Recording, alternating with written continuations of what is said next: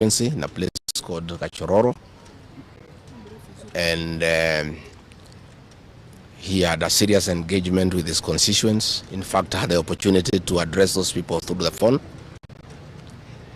And after he left the ceremony, he was accosted by officers from the DCI who chased him, and he was able to escape using a motorbike with the help of the local constituents. His vehicle was impounded and his driver was arrested. That vehicle is still in the hands of the DCI. And on Sunday, when he was in church, immediately after the service, 2 undercover agents of a killer squad that has been put in place to deal with elected leaders who are not supportive of William Ruto abducted him in full glare of the church members, and in the process almost harmed his wife. It is not known where he was taken to, but after a serious search early this morning, he was found in a coffee plantation in Kibichoi, that is in the Githunguri constituency, badly beaten and in very serious condition. He was taken to a hospital for first aid and later brought here where he was admitted. And I've just seen him and I've talked to the doctors, and they have confirmed that the Honorable George Koimburi'S was tortured by professionals. He has serious soft tissue injuries. This is torture normally done by professionals. He has lost his voice, and the doctors are working round the clock to restore his vocal cords. And the Honorable Koimburi'S has been able to communicate through writing because he is not able to speak. That some chemical was administered through inhalation, and the doctors have told us that preliminary investigations confirm that that chemical has interfered with his vocal cords. The doctors have assured us they are doing everything within their power to make sure that he is out of danger. They have taken blood and urine samples to private laboratories, different ones, so that they can establish what could have happened in matters poisoning. You remember last weekend I said that a special squad had been set aside and now we have confirmation that President William Ruto, CS for Interior Kipchumba Murkomen, and the Deputy Inspector General, Mr. Eliud Langat, all from the Kalenjin community, have put up a squad to deal with leaders who are opposed to this regime. The Honorable Kipchumba Murkomen has sent a message to us through common friends that his appointment to the Ministry of Interior is to make sure that William Ruto is re-elected as president and to deal with anybody who can stop that objective.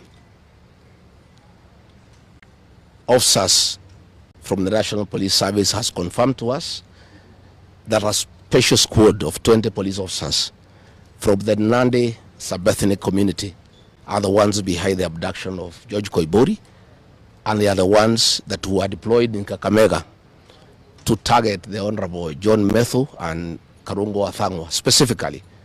There were about 300 police officers who were deployed in Kakamega, but 20 police officers from the Nandi sub-ethnic community under the direct command of the Deputy Inspector General, Eliud Langat, and reporting to Kipchumba Murkomen and William Ruto, had been assigned to harm the Senator for Nyandarua and the Senator for Kiambu because of their vocal stand against this regime. Let me say that I want to appeal to the international community to rescue this country. William Ruto has become a very vengeful dictator, and his activities are similar to the one by Dr. Dada and Mobutu Sese Seko. And the level of impunity in this country, if the international community does not come through for the people of Kenya, we are going to have not just killings, but maiming of elected leaders. What has happened to the Honorable Koimburi'S is a very deliberate attempt by William Ruto, Kipchumba Murkomen, and Langat to scare leaders who speak out. It is meant to scare them. It is meant to sell them fear so that they can stop agitating for the liberation of this great republic. And I want to say that William Ruto must know it is these leaders, it is not these leaders who are against his rule. It is the people of Kenya. These leaders are simply articulating what the people of Kenya are saying. And even if he targets these leaders to kill them, to maim them, he cannot do the same to each and every Kenyan. And I want to tell him to stop spreading the narrative that the rebellion against him is coming from the people of Mount Kenya region. This rebellion is across the country, from Western Kenya, Coast Province, Northeastern, Nyanza, including his native North Rift and South Rift. Members of the Kalenjin community are also up in arms because of the misuse of public resources, mismanagement of the economy, and the fact that there is no work going on in this country. So let me appeal to the international community to take a great interest in what is happening in Kenya. And we have seen what is happening in the neighboring countries, in Tanzania, the suppression of civil society. And all those things are stemming from here in Kenya. William Ruto has become intolerant. He cannot take criticism.